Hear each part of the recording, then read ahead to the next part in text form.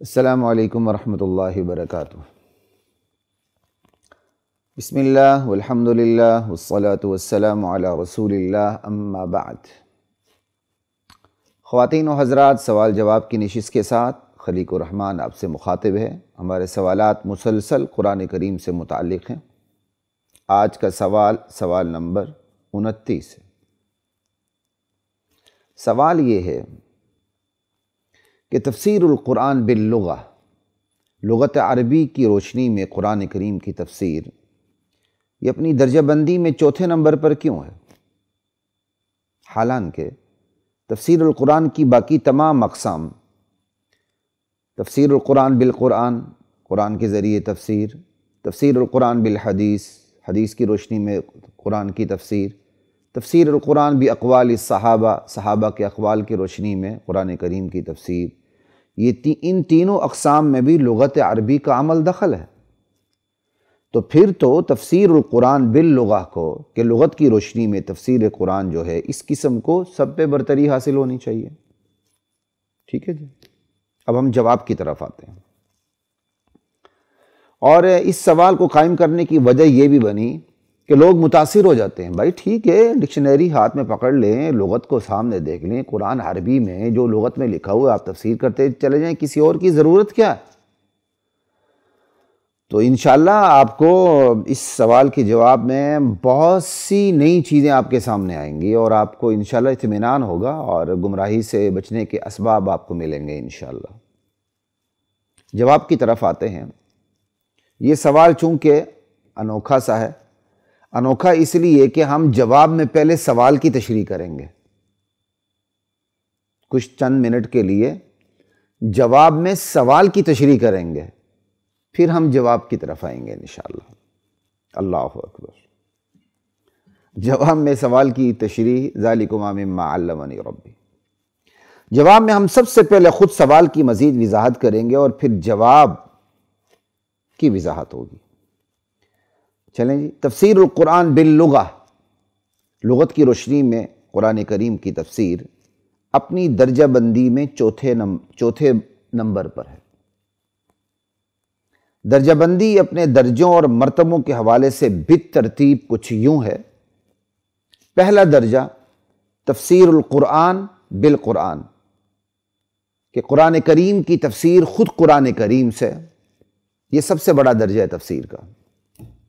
دوسرا درجہ تفسیر القرآن بالحدیث، قرآن کریم کی تفسیر نبی علیہ السلام کے فرامین کی روشنی میں، یہ تفسیر قرآن کا دوسرا درجہ ہے۔ اور تیسرا درجہ تفسیر القرآن باقوال الصحابہ، کہ قرآن کریم کی تفسیر صحابہ کے اقوال کی روشنی میں، یہ قرآن کریم کی تفسیر کا تیسرا درجہ ہے۔ اور چوتھا درجہ تفسیر القرآن باللغہ، قرآن کریم کی تفسیر لغت عربی کی روشنی میں۔ جب قرآن کریم کی تفسیر خود قرآن، حدیث اور اقوال صحابہ کی روشنی میں نہ ہو سکے تو پھر لغت عربی کی روشنی میں تفسیر قرآن کی جاتی ہے، جس کے لیے شرط یہ ہے کہ وہ اپنے پہلے تین درجوں، تین اقسام، تفسیر القرآن بالقرآن، تفسیر القرآن بالحدیث اور تفسیر القرآن باقوال صحابہ سے متصادم نہ ہو، مخالف نہ ہو، متعارض نہ ہو، اس کے اگینسٹ نہ ہو۔ ٹھیک ہے جی۔ حالانکہ تفسیر قرآن کے جو اولین تین طریقے ہیں، تین اقسام ہے، تفسیر القرآن بالقرآن، بالحدیث، باقوال صحابہ، یہ تینوں اقسام یا تینوں طریقے یہ لغت عربی سے باہر تو نہیں، اس سے ماورا تو نہیں ہے، لغت عربی سے متصادم تو نہیں ہے، یہ بھی لغت عربی ہی کو لغت عربی پر بیس کرتے ہیں۔ قرآن کریم کی تفسیر قرآن کریم سے لغت عربی کے عین مطابق، لغت عربی کے مطابق ہے۔ اسی طرح تفسیر القرآن بالحدیث، تفسیر القرآن باقوال صحابہ لغت عربی کے مطابق ہے۔ اس کے باوجود پھر بھی بئی ہمہ پہلے تین طریقوں کو بالترتیب تفسیر قرآن باللغہ پر برتری حاصل ہے، اور تفسیر قرآن باللغہ چوتھے نمبر پر ہے۔ تفسیر القرآن باقوال الصحابہ پر تفسیر القرآن بالحدیث کو برتری حاصل ہے، یعنی اقوال صحابہ کے ذریعے تفسیر قرآن جو ہے اس پر فرامین رسول کے ذریعے جو تفسیر قرآن ہوتی ہے اسے برتری حاصل ہے، کیونکہ استاد کو شاگرد پر، بہتر الفاظ میں نبی کو امتی پر برتری حاصل ہے۔ ظاہر ہے کہ فہم نبی کو فہم صحابہ پر، فہم امتی پر برتری حاصل ہے۔ پھر تفسیر القرآن بالقرآن کو تفسیر القرآن بالحدیث پر برتری حاصل ہے، کیونکہ اللہ مفسر کو نبی مفسر پر برتری حاصل ہے۔ اور پھر اس کی ایک لاجیکل ریزن بھی ہے، متکلم، متکلم کسے کہتے ہیں؟ جو بولے، جس کا کلام ہو۔ متکلم اپنے کلام کی خود وضاحت کر دے، بولنے والا اپنے بول کی خود وضاحت کر دے تو یہ وضاحت غیر متکلم کی وضاحت پر برتری کی تو رکھے گی۔ ایک شخص بول رہا ہے، وہ اپنے بول کی خود وضاحت کرتا ہے، اور ایک اس کے بول کے کوئی اور تھرڈ پرسن وضاحت کرتا ہے، تو لامالہ جس کے اپنے بول ہے وہ وضاحت کرے تو وہ زیادہ معتبر ہوتی ہے۔ تو اللہ تعالیٰ اپنے کلام کی خود وضاحت کرے تو یہ وضاحت تو زیادہ معتبر ہوگی، لہٰذا سب سے بڑا درجہ تفسیر القرآن بالقرآن کا۔ سوال دراصل اسی مرحلے پر قائم ہوتا ہے کہ تفسیر باللغہ، لغت کی روشنی میں تفسیر قرآن یہ سب سے آخری درجے پر ہے، باقی تینوں کو اس پر برتری حاصل ہے، حالانکہ برتری حاصل کرنے والے تینوں طریقے بھی لغت عربی کے مطابق ہیں، لغت عربی پر بیس کرتے ہیں، لغت عربی سے ماورا نہیں، خارج نہیں۔ ایسے میں تو چونکہ چاروں اقسام میں تفسیر القرآن بالقرآن بالحدیث باقوال صحابہ باللغہ، چاروں اقسام میں قدر مشترک تو لغت عربی ہوئی، تو پھر تو تفسیر القرآن باللغہ کو برتری حاصل ہونی چاہیے۔ چلے ایک سوال کا جواب میں نے بعد میں دینا تھا تو ابھی دے دیتا ہوں کہ جو چار اقسام ہیں ان میں قدر مشترک لغت ہے، لغت عربی ہے، تو پھر تفسیر القرآن باللغہ کو برتری حاصل ہونی چاہیے۔ یہ سوال ہے، یہ سوال کھل گیا۔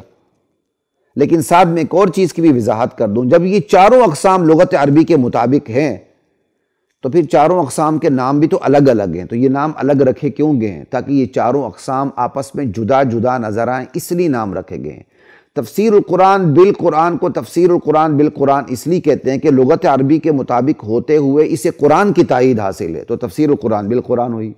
تفسیر القرآن بالحدیث کو تفسیر القرآن بالحدیث اس لیے کہتے ہیں کہ لغت عربی کے مطابق ہوتے ہوئے اسے حدیث کی تائید حاصل ہے، تو حدیث کی تائید حاصل ہونے کی وجہ سے یہ تفسیر القرآن بالحدیث ہوئی۔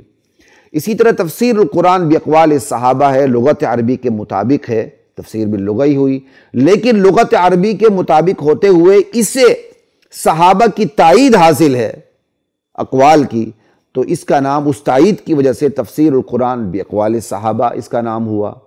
اور پھر چوتھی قسم تفسیر القرآن باللغہ، جس سے نہ قرآن کی تائید حاصل ہوتی ہے، نہ نبی علیہ السلام کی حدیث کی تائید حاصل ہوتی ہے، نہ اقوال صحابہ کی تائید حاصل ہوتی ہے، لیکن لغت عربی کے عین مطابق ہوتی ہے۔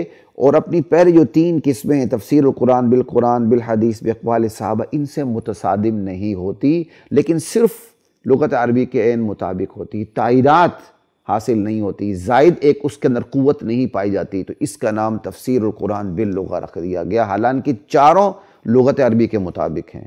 امتیاز پیدا کرنے کے لیے ان کے یہ نام رکھا گیا، پتہ چل جائے۔ یہ میں نے آخر میں بات کرنی تھی، میں نے آپ کے سامنے بات کر دی۔ سوال وہی ہے جو سوال ہم نے اس کو کھول دیا سوال کو، کہ جب یہ چاروں اقسام میں لغت عربی مشترک ہے، چاروں اقسام لغت عربی پر بیس کرتے ہیں، تو پھر تو تفسیر القرآن باللغہ کو برتری حاصل ہونی چاہیے۔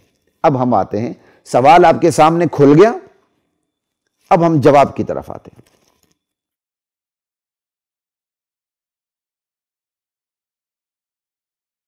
وَلَقَدْ